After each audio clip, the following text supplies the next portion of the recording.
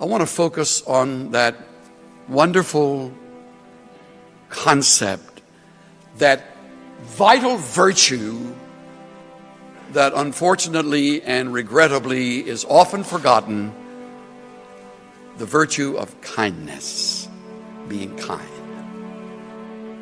I want you to hear a story. 20 years ago, I drove a cab for a living. When I arrived at 2:30 in the morning, the building was dark except for a single light in a ground floor window. Under these circumstances, many cab drivers would just honk once or twice, wait a minute, then drive away. But I had seen too many impoverished people who depended on taxis as their only means of transportation to drive away. Unless the situation smelled of danger, I always went to the door. So I walked to the door and knocked. Just a moment, answered a frail, elderly voice. After a long pause, the door opened. A small woman in her 80s stood before me. By her side was a small nylon suitcase.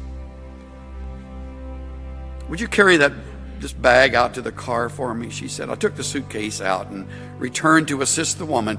She took my arm and walked slowly toward the curb. She kept thanking me for my kindness. "Oh, it's nothing," I told her. "I just try to treat all my passengers the way I would want my mother treated." When we got in the cab, she gave me an address. Then she said, "Oh, by the way, could you drive through downtown? It's not the shortest way." "Oh, I don't mind. I'm in no hurry. I'm on my way to a hospice." I looked in the rearview mirror and her eyes were glistening.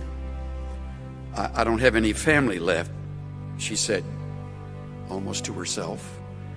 "The doctor says I don't have very long." I quietly reached over and shut off the meter. "What route would you like me to take?" For the next 2 hours, we drove all around the city.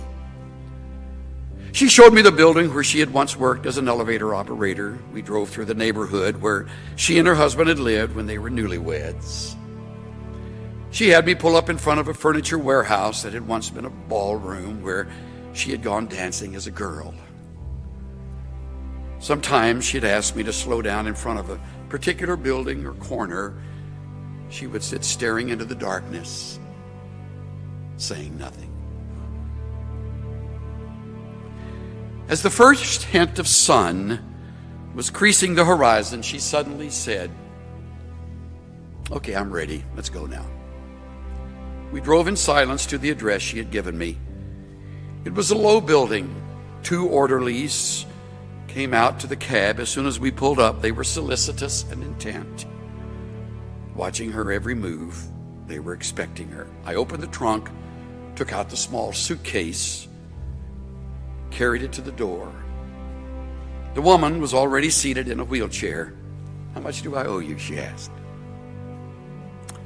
"No, you don't owe me anything," I said. "Oh, you have to make a living," she answered. "Oh, there are other passengers," I responded. Almost without thinking, I bent over and gave her a hug, and she held on to me tightly. "You gave an old woman a little bit of joy," she said. "Thank you." I squeezed her hand, then walked into the dim morning light. Behind me, a door shut. It was the sound of the closing of a life. I drove aimlessly, lost in thought for the rest of the day. I could hardly talk. What if that woman had gotten in an angry driver earlier that morning, or one who was impatient?